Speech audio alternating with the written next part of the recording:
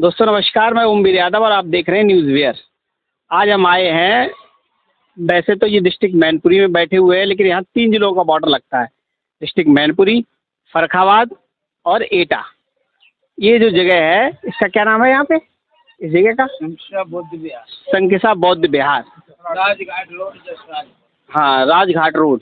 और यहाँ पे हम जानेंगे कि क्योंकि यहाँ जो बैठे लोग हैं वो 3 जिलों की राजनीति से इन्फ्लुएंस है, यानी कि 3 जिलों की राजनीति का इन्हें ज्ञान है, उस पर बात कर सकते हैं।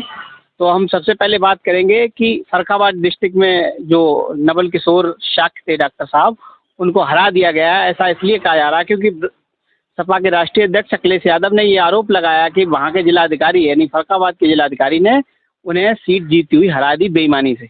तो यहाँ के लोग क्या सोचते हैं, इस पर बात करते हैं। तो फर्रुखाबाद में जो है आपको पता ही चला होगा सीट के बारे में। हाँ, वहाँ के फर्रुखाबाद के लोगों ने बताया कि नवल किशोर को जबरदस्ती हराया गया। कैसे? अरे 2 घंटे उनकी लाइट काटी ना, लाइट काट के और बोला आंसू वाले ढीले इनसे भगा दिया इनका।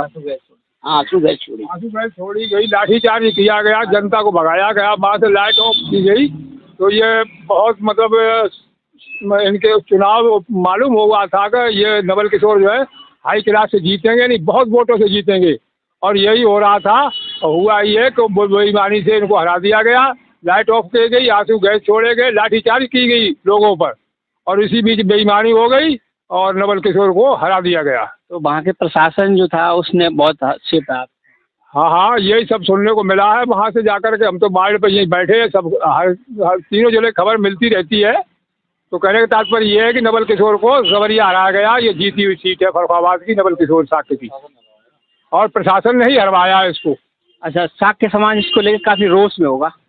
हाँ, शाक्य समाज तो रोष में तो है, लेकिन उनको दुख भी है कि हमारे साथ ऐसी बेईमानी हुई। अब किसान बेचारा कर ही क्या सकता है, उसके पास है ही नहीं कुछ, और शासन के पास पूरा बल है।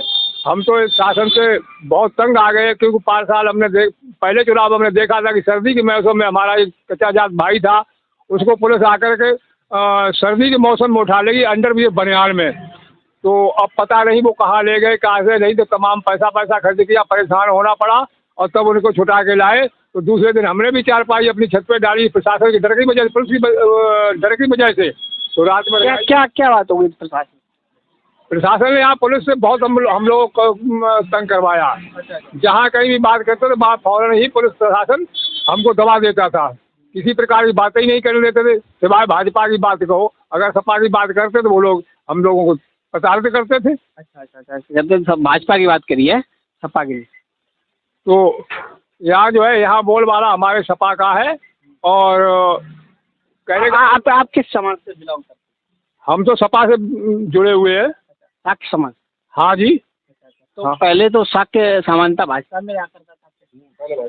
नहीं, भाजपा में था। अब अपना अपना कैंडिडेट लेकर आदमी चलता है। तो हमारा कैंडिडेट जो था शाक्य था, जातपात का चलता ही है। लेकिन फिर भी हम ये कहते हैं कि जो कुछ भी प्रशासन ने किया है, ये डंके की चोट पर हम कहते हैं कि हम तो बस इसी पर बैठे हो। हमारा बल तो कोई है नहीं, प्रशासन के आगे हमारी चलती नहीं है। लेकिन हम ये जानते हैं कि जब बोले रही तो रहेगी ये भी नहीं। तो शाक्य समाज जो है, बोलते रहो, शाक्य समाज जो है वो काफ़ी आक्रोशित है। ऐसा ना, ये शाक्य समाज से, ये यादव समाज से कोई जातिवादी का कोई मामला नहीं है। मामला इस बात का, हमारे युवा बच्चे जो हैं पढ़े लिखे हैं, इस सरकार ने हमारे बच्चों की नौकरियां बिल्कुल 10 साल के पीरियड में कोई वैकेंसी नहीं निकाली, और निकाली भी अगर हैं तो उनका बहिष्कार कर दिया। इसलिए हम लोग सोच रहे थे सरकार बदल जाएगी तो कुछ बच्चों का रोजगार चल जाएगा। अच्छा, अभी जैसे अखिलेश यादव ने ये कहा था कि नौकरी 3 साल की हो जाएगी, पुलिस जैसे उसमें अग्निवीर में हो गई 4 साल की और 3 साल की हो जाएगी। पूरे कैंपेनिंग के दरमियान ये कहा। अभी आपने देखा होगा वो एक नोटिफिकेशन जारी हुआ 3 साल की। तो इसे लेकर आप क्या सोचते हैं? तो ऐसा है ना, अग्निवीर जो भर्ती निकाली थी उसमें 4 साल में एक जवान केवल राइफल को साधना सीखता है, और जब 15-16 साल में वो रिटायरमेंट होता है, वो लड़ाई के मैदान में लड़ने के लिए 4 साल के बाद ही तैयार हो पाता है। जब तक तैयार होगा तब तक तो वो घर आ जाएगा। क्या लड़ाई लड़ेगा, वो मारा जाएगा। बॉर्डर के बारे में उसे पता ही नहीं क्या जाके लड़ेगा। कितनी चौकियां, कितने बॉर्डर हैं और अपने देश पर कितने देश हावी हैं। 4 साल में क्या कर देगा वो जवान। पुलिस की भी जो कर दी है ये 3 साल की निरीक्षक। अब पुलिस की कर दी, ये तो सब बेकार का बवाल है ना। चाहे पुलिस सही, प्रशासन सही या आर्मी सही, कोई भी सही, 2-4 साल में कुछ नहीं वो सीख पाते हैं। एक सिपाही की जो ट्रेनिंग होती है वो पहले सबसे फर्स्ट में चौकी पर दिया जाता है, तब वो ये सीख पाता है कि पुलिस की भाषा क्या है। इसके बाद में 4-5 साल में वो ट्रेंड हो पाता है, तब तक उसे रिटायर कर दिया। क्या पुलिस करेगी, क्या आर्मी करेगी।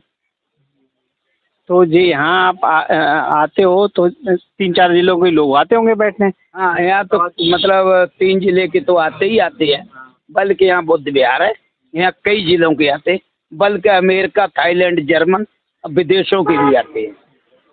तो ये सामने जो बुद्ध विहार है, इधर दिखाओ, इधर देखो जी। अच्छा जी, कहाँ का है? ये कंबोडिया का है और ये कोरिया का है सामने। यहाँ तो खैर विदेशी भी आते हैं, लेकिन विदेशियों से अपने से कोई राजनीति के बारे में कोई मतलब नहीं है। वैसे सामान्यतः ये हमें बात अपने घर की करना है, बल्कि दूसरे घर की नहीं कर सकते हैं। ये जो क्षेत्र है वो साक्यबाहुल क्षेत्र है। साक्यबाहुल नहीं है, ये साक्यबाहुल क्षेत्र नहीं है। ये क्षेत्र सर्व क्षेत्र है, सार्वजनिक क्षेत्र है। ये यादव भी रहता है, लोधी भी है, कठेरिया भी है, वाल्मीकि भी है, ये सब मतलब मिक्स क्षेत्र है। अच्छा, यहाँ ये बताओ, ये विवाद बड़ा खड़ा रहता है ये देवी को लेकर, बिहारी देवी। वो देवी का विवाद इसलिए रहता है, भगवान बुद्ध यहाँ अपनी मौसी के यहाँ सोने की सीढ़ी से उतरे थे और ब्राह्मण लोग कहते हैं भाई हमारा है संसा और बेचारी माँ मेरी हैं, और बौद्ध धर्म वाले कहते हैं मेरी हैं। बौद्ध धर्म वाले अपना प्रमाण देते हैं कि हमारी खेती है, उनके नाम देखिए, और जो भी है वो उनका प्रत्यक्ष प्रमाण सामने लिखित में आता है। बस ये चीज़ है। तो ये ब्राह्मण बनाम शाक्य और जो बौद्ध मानने वाले धर्मावलंबी हैं, उन लोगों के पास अक्सर देखा जाता है। अक्सर है ऐसा है ना कि जैसे मान लीजिए यहाँ पर हमारे आपके समय की बात नहीं है, ये बात ये है कि मान लीजिए कुछ सदियों पुराना यहाँ का कोई बौद्ध धर्म का राजा होगा या कोई भी सही, इस चीज़ को हम आप नहीं कह सकते हैं। जब देखा नहीं तो कैसे कह सकते। तो जो पुरातत्व विभाग के जो लोग हैं वो जो प्रत्यक्ष प्रमाण देते हैं वो सही पाए जाते हैं। उन्होंने बताया था कि ये राजा के हाथी पानी पीने आते थे यहाँ नदी में, तो वहाँ काठ बिछाता, तो काठ की परतें आज भी निकल रही हैं। क्यों, अब समय बहुत हो चुका है, इसलिए उस पर 20 फुट 30 फुट ऊंची मिट्टी हो चुकी है, लेकिन आज भी जब बोरिंग कराते हैं पानी के लिए तो वहाँ काठ निकलता है। तो हमें पता लगता है कि हो सर ये सही है, जो बताते वो सही है। तो शाक्य वर्गवाद नंबर 1 में है, शाक्य समाज। हाँ, शाक्य समाज नंबर 1 में है, फर्स्ट नंबर में। हाँ, तो जो नंबर डॉक्टर साहब का तो प्रभाव जो था वो तो 2-3 जिलों में था। हाँ, 2-3 जिलों में था। ऐसा बताते हैं कि डॉक्टर साहब के प्रभाव से। डॉक्टर साहब का व्यवहार बहुत अच्छा था। डॉक्टर साहब किसी से पैसे नहीं होते थे, तो वो उनका कैंसर के स्पेशलिस्ट हैं, तो वो पैसे ना होने के कारण भी उसको सही करते थे, इसलिए उनका वोट बहुत पड़ा। अब वोट तो पड़ा भाई, लेकिन जनता ने तो पूरा काम किया। अब भाई जिसकी सत्ता होती वो कुछ भी कर सकता है। तो ऐसा आम जनमानस सब में फैला हुआ है कि हाँ सीट जो है जीती हुई थी ना, बेईमानी से हराई गई। हाँ, सीट नवल किशोर जीते थे, इनको बेईमानी से हराया गया। डिब्बे भी रह गए खुलने के लिए, तो ऐसा नहीं होना चाहिए। सरकार आज सपा की हो, चाहे बसपा की हो, चाहे कांग्रेस की हो, जो अपने अपने नसीब से लड़ो ना, जो जनता जिसे सपोर्ट करो वो मान्य करो। लेकिन ऐसा नहीं होना चाहिए कि आप किसी को प्रताड़ित करके जबरदस्ती सीट छीनो, ऐसा नहीं। लेकिन न्याय की जगह अन्याय होता है तो हम लोग क्या करें। तो ऐसे शासन से हमें कोई लाभ नहीं होता है। डॉक्टर साहब जो है वो कोर्ट गए हैं, इसमें आपको कुछ आशा विश्वास लग रहा है? हम तो विश्वास देखो, अब भाई सरकार तो भाजपा के जो वो करेगी वो होगा, लेकिन आगे चलकर यही होगी कि धर्म की विजय होती है। तो हम ये आशा नहीं, पूर्ण हमें विश्वास है कि डॉक्टर नवल किशोर हमारे सफल होंगे आगे चल के। डॉक्टर साहब को सांसद देखना चाहते हैं आप सब? हाँ जी, सांसद देखा। क्यों, बहुत अच्छा इंसान है और गरीबों की मदद करने वाला, और बड़े बड़े धर्म धर्म प्रकृति का इंसान है। यहाँ हमारे बौद्ध विहार में आकर के प्रति साल में नहीं, एक साल में 3 बार 4 बार यहाँ पर मतलब जो है खाने पीने की व्यवस्था का दान भी करते हैं। यहाँ के जो अलीगंज के विधायक हैं वो सत्यपाल को लेके क्या वो चल रहा है कि पड़ोस वो हमसे उनसे कोई संबंध नहीं होता है।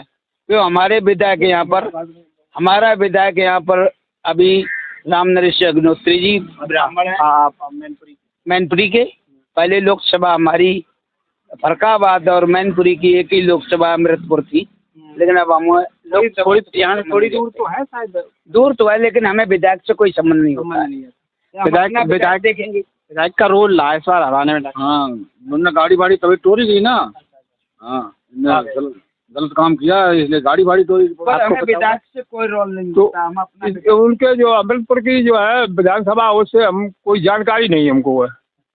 हाँ, यहाँ के अलीगंज विधानसभा से बात कर रहे हैं। सत्यपाल से हमारी कोई साहब परिचय नहीं है, हम जानते ही नहीं उनके बारे में। क्या हमें मतलब ही नहीं रहता है। इतना भरगावाद नहीं, वो जो बता रहे भैया नहीं मालूम, जैसे हमें विधायक से कोई मतलब बेटा जो मैनपुरी का है, हमें जो काम पड़ेगा तो मैनपुरी विधायक से पड़ेगा। अब मैनपुरी की सांसद आपकी कैसी? मैनपुरी की सांसद हमारी डिम्पल हैं, बहुत अच्छी हैं और 3 लाख कुछ वोटों से विजयी बनी है। जब वोट नहीं दिया तो विजयी कैसी बन गई? जब यहाँ की सांसद जब विजयी बन गई तो नवल किशोर को वोट दिया, क्यों नहीं विजयी हुई? तो जिलों में 2 जिलों में तो मैं यादव नहीं हूँ, शाक्य नहीं हूँ, लेकिन हमारी सार्वजनिक बताया सार्वजनिक जाति। हम लोग यहाँ जातिवाद पर नहीं चल रहे, हम लोग जातिवादी पर नहीं है, हम लोग इस बात पर हैं कि जो अच्छा काम करेगा वो हमारा सांसद है, वो ही विधायक है। आप कहाँ के हो? फरकाबाद के? आ जाओ यहाँ, आओ यहाँ बैठो। नहीं, यादव से मतलब रखता हूँ। सही बात, सही बात। नहीं रखते तो हमारा सांसद विधायक जो हमारे लिए अच्छा काम करता है।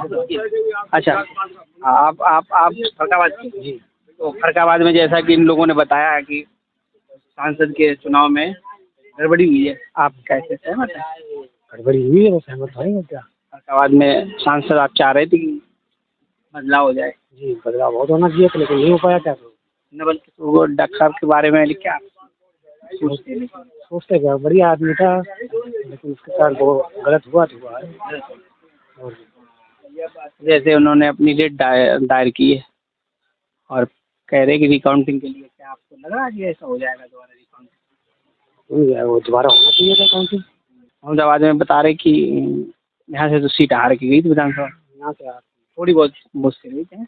इधर लोधी भी बहुत काफ़ी मात्रा में है। अरे भाई लोधी नहीं, अरे भाई लोधी नहीं, लोधी को छोड़ो, लोधी, साक्य, कठेरिया, वाल्मीकि, यानी काफ़ी जातियों का वोट नवल किशोर डॉक्टर साहब को मिला है। एक वोट तो लोधी तो कुछ नहीं होता है, लोधी का भी वोट मिला है सपा में, ऐसी बात नहीं है। 4-6% लोधी भी मिला है, साक्य वोट तो मिला ही मिला है। इसके अलावा और भी जातियों का वोट मिला, यादव वोट तो टोटल है ही यही सपा में। तो अच्छा, एटा डिस्ट्रिक्ट का कोई हो तो बताओ कि अलीगंज विधानसभा के लिए बताते सत्यपाल सिंह ने यहाँ के गड़बड़ी ज़्यादा करवाई। वो तो आपको क्या पता है, आप तो मीडिया से हैं, सभी जब गांव की जनता कहती है, क्षेत्र के कहते हैं, तो हम तो वहाँ काउंटिंग में थे नहीं, लेकिन जो लोग बता रहे वो मैं भी बता रहा हूँ कि भाई गड़बड़ी हुई है। तो ठीक है, कैसी रही बातचीत हमारी। और यहाँ के लोग जो हैं 3 जिलों के बॉर्डर पे हैं, इन 3 जिलों के लोगों के अपने विचार थे, उन्होंने अपने विचार रखे। और सामान्यतः ये देखा जा रहा है कि आम जनमानस में ये फैला हुआ है कि नवल किशोर साक्य को बेईमानी से हरा दिया गया है, शासन प्रशासन की जायज़ी से हरा दिया गया। अब आगे क्या होता है इस बात को लेके आगे विचार विमर्श इन लोगों के बीच समाज में भी चलता रहेगा। नमस्कार।